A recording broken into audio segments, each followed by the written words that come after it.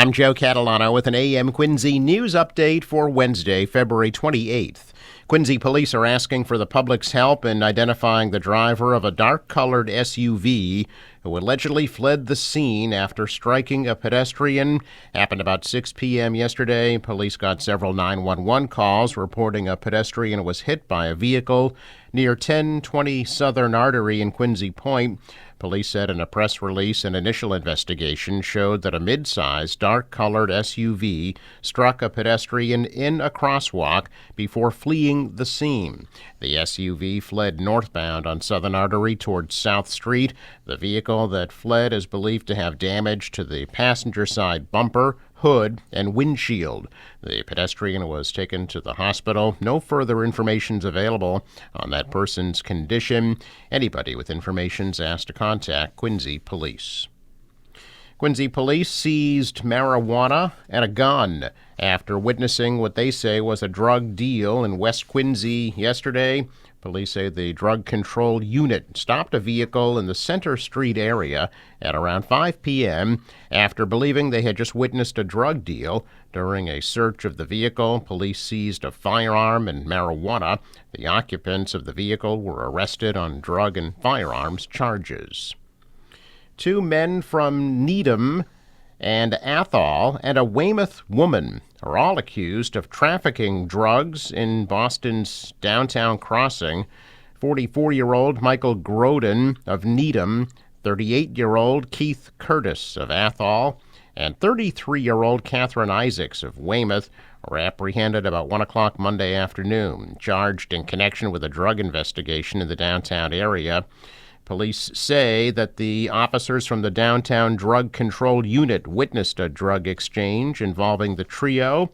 Authorities seized heroin, crack cocaine, Suboxone, and officers also discovered a semi-automatic handgun with 8 rounds of ammunition. Curtis also had $931 in cash. Suspects face arraignment in Boston Municipal Court. Massachusetts Attorney General's office is suing the town of Milton after voters voted down a multifamily housing district that would have complied with the MBTA communities law.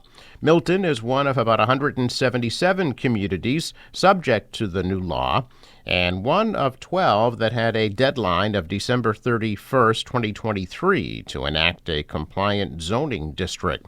The town developed a district to submit to the state, but in February, voters in the town turned it down. Last week, Governor Healey's office said since Milton was not in compliance with the law, it will lose out on state grant funding. Residents in Milton voted no to the controversial plan. In a letter to Town Administrator Nicholas Milano, Housing and Livable Community Secretary Ed Augustus confirmed Milton will no longer be eligible for a recent grant for seawall and access improvement. The town will also not be eligible to receive Mass Works and Housing Works grants and will be at a competitive disadvantage for many other state grant programs. Tensions are high in the city of Brockton after several members of the school committee had their requests for the National Guard's help with security matters at Brockton High School denied by Governor Healey. At a special meeting of the Brockton School Committee last night, a day after Healey said calling in the Guard was not appropriate to help Brockton High address and manage safety concerns. There was a big crowd for last night's meeting. There was shouting toward the end of the meeting, but there was cheering when embattled Superintendent of Schools Mike Thomas got up to speak. Thomas has been on medical leave since August 31st, but that leave coincided with the revelation that Brockton schools were facing at least a $14 million budget deficit. Thomas has denied any wrongdoing. During the meeting last night, Thomas said he's now well enough to come back. But the school committee voted to put him on paid leave during an investigation of district finances. Thomas said safety at Brockton High School would not be an issue if he was still in charge of the school, and the crowd that had gathered for the meeting was clearly on his side. Brockton Mayor Robert Sullivan, who is also chair of the Brockton School Committee, is vowing transparency in that investigation into the district's finances, but getting some pushback from people in the crowd. A man who was working as a security guard on the night of the infamous 1990 Isabella Stewart Gardner Museum art heist, and the one who let the thieves inside the building, is now dead. 57-year-old Richard Abath died last Friday at his Vermont home after a long illness, according to his attorney. Abath was working as a night watchman at the Gardner Museum on March 18, 1990, when two men robbed the Boston Museum of 13 masterpieces worth approximately $500 million, making it the biggest art heist in modern history. In a 2013 interview, Abath told CNN that he let the thieves in because they were disguised as police officers. They told him that they were there to investigate a report of a disturbance on the premises. Abath and another guard who was on duty were then bound by the thieves with duct tape and locked in the museum's basement. The FBI first treated Abath as a suspect since he let the thieves into the building, but he was never charged in connection with the heist and always insisted he had nothing to do with the crime. The pieces stolen from the Gardner Museum, which include works by Rembrandt, Monet, and Vermeer, have still not been found, despite a $10 million reward.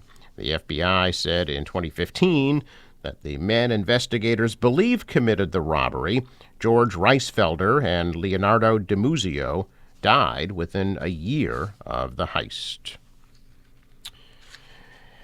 Checking some local sporting news, North Quincy girls basketball team will be seeing tournament action as the Lady Raiders, seeded number 20 in the Division II tournament, play at number 13 Whitman Hanson tonight at 6:30. Medfield is the top seed in Division II. And the Quincy High girls basketball team, seeded number 9 in the Division I tournament, will be hosting number 24 Hopkinton Friday night at 6:30 in a game that will be live right here on QATV.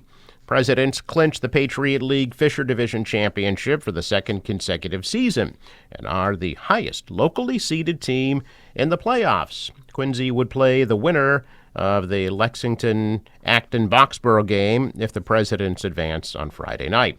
The top-seeded team in their division, girls basketball, is Bishop Feehan. In Division III boys hockey, number 32 North Quincy Raiders lost to number 33 Diamond Regional Vocational Technical School Monday night at the Quincy Youth Arena. Check of business news this morning. Stocks are mixed. The Dow was down 96, the Nasdaq rose 59, and the S&P is up 8. Asian markets are down. The dollar rose, the euro fell, oil up to $78 a barrel. Elsewhere in sports, Celtics continue their winning ways. They beat Philadelphia 117-99 last night. Will host Dallas Friday night at 7:30. The National Weather Service forecast. For today, windy and rainy, but warm. The high near 60 degrees. The rain and wind continue this evening. Lows drop to about 50. Overnight, a cold front blows through, and that'll leave us with a partly sunny, windy, cold day tomorrow. Highs tomorrow only into the mid-30s. Sunshine on Friday. Temperatures rebound to the upper 40s. Maybe some more showers Saturday. The high 55. For the boater, waves about 2 feet. The wind out of the south 15 to 20, but gusting to 40 knots later today at a high tide 1:49 p.m. Sunrise 6:21, sets at 5:32. I'm Joe Catalano with an AM Quincy news update for Wednesday, February 28th.